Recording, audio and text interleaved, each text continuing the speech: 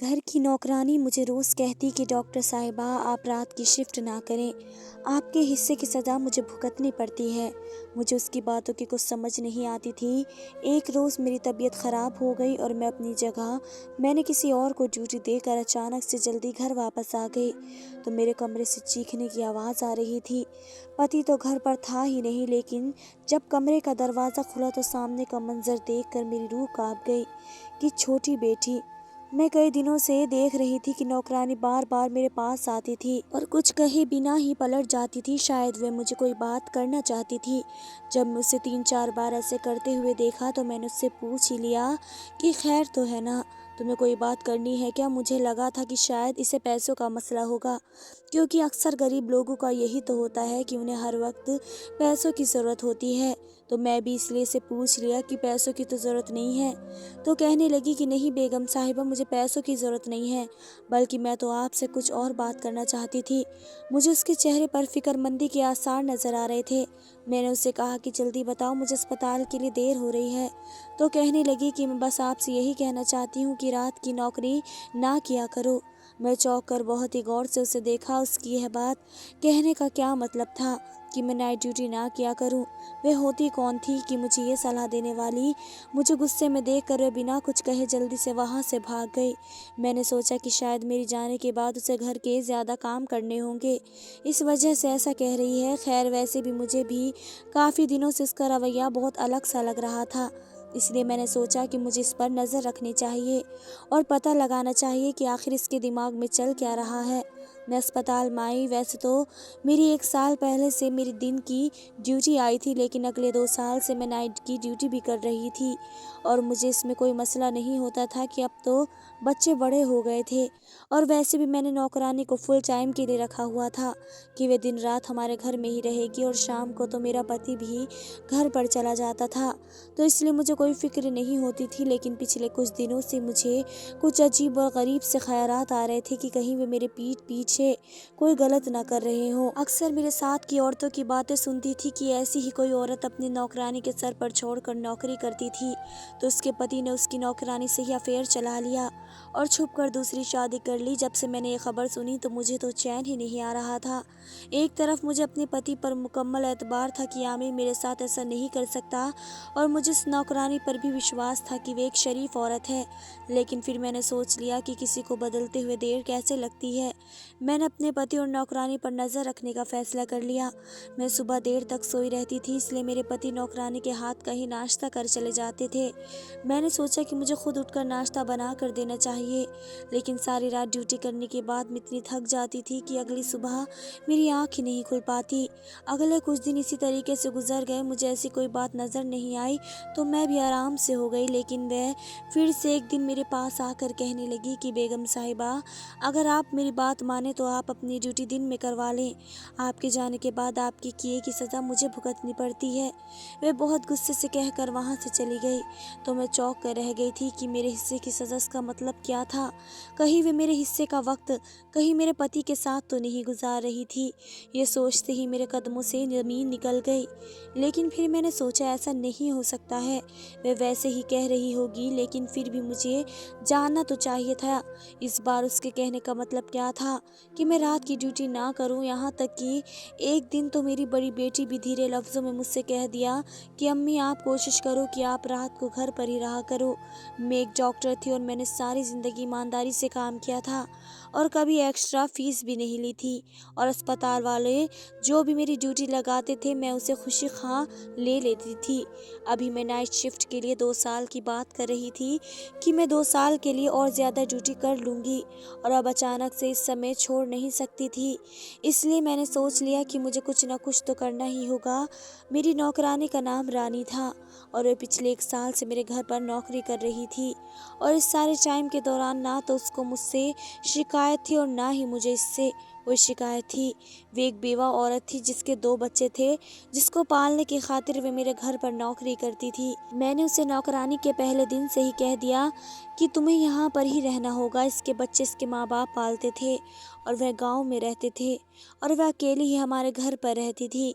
मैंने उससे कई बार कहा था कि अगर तुम चाहो तो अपने बच्चों को भी यहाँ पर बुला सकती हो जहाँ तुम रहती हो, वहाँ वह भी रह लेंगे। लेकिन न जाने क्या बात थी कि वे मना कर देती थी। इसके साथ वक्त अच्छा बहुत गुजर रहा था। उसने आज तक कभी किसी की कोई शिकायत नहीं की थी, लेकिन अब पिछले कुछ दिनों से मैं देख रही थी कि उसका रवैया कुछ अजीब सा हो गया था। वह बस हर वक्त मुझे एक ही बात करती रहती थी कि मैं अपनी ड्यूटी दिन की करवा लूं, रात को घर पर ही रहा करूं।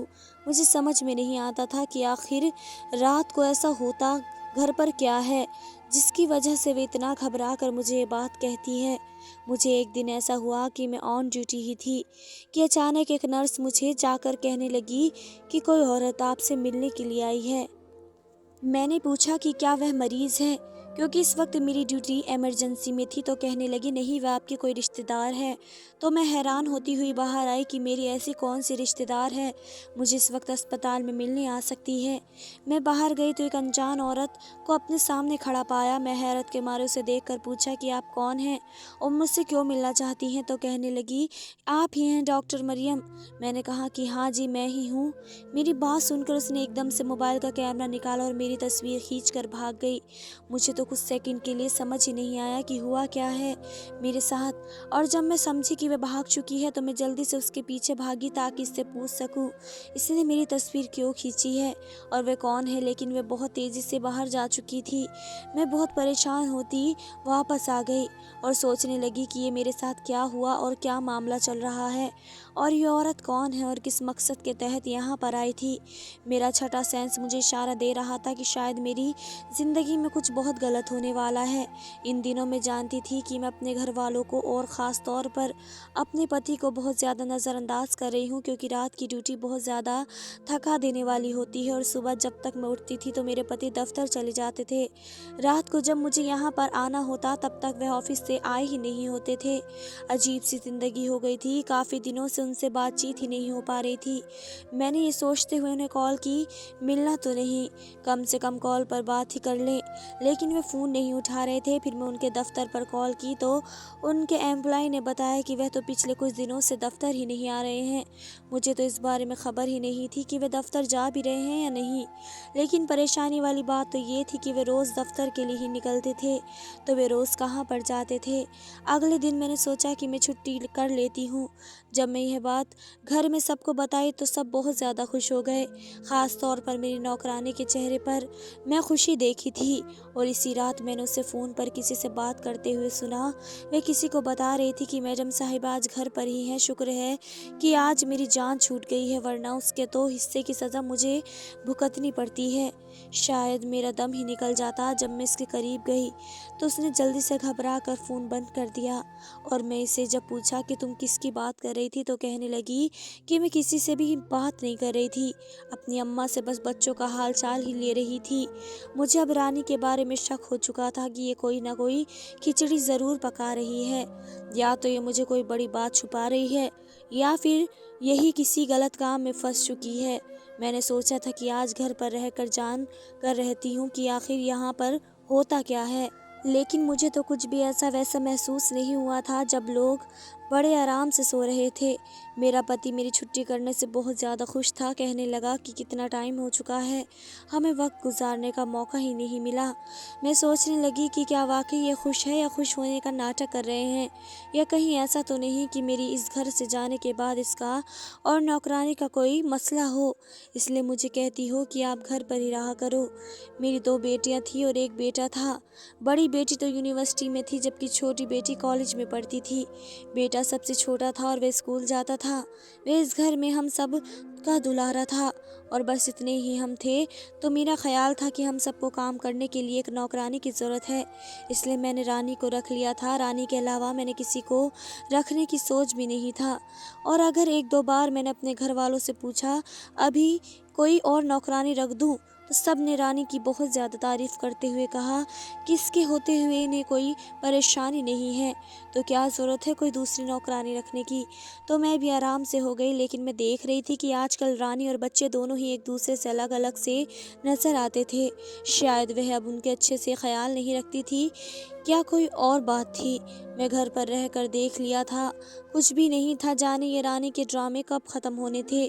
मैंने अगले दिन से अपनी नाइट ड्यूटी फिर से स्टार्ट कर दी थी। 2 दिन बाद की बात थी कि मैं सुबह जल्दी उठ गई, क्योंकि शाम में मुझे अपनी एक दोस्त की बर्थडे पार्टी में जाना था। तो मैंने सोचा कि इसके लिए कोई गिफ्ट लेकर आ जाती हूँ। मैं यही सोचकर बाज़ार गई। वहाँ मुझे एक जगह पर रुकना पड़ा, क्योंकि सामने के मंजर ने तो मुझे परेशानी में डाल दिया था। मैं इस औरत को कैसे भूल सकती थी।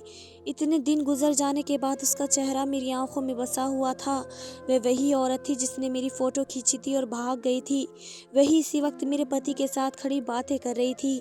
फिर मैंने देखा कि मेरे पति ने अपनी जेब से कुछ पैसे निकाल कर उस औरत को दे दिए और ख़ुद वहाँ से चला गया। मेरा तो सर चकरा कर रह गया था कि औरत कौन है और इसका मेरे पति के साथ आखिर ऐसा क्या ताल्लुक़ है।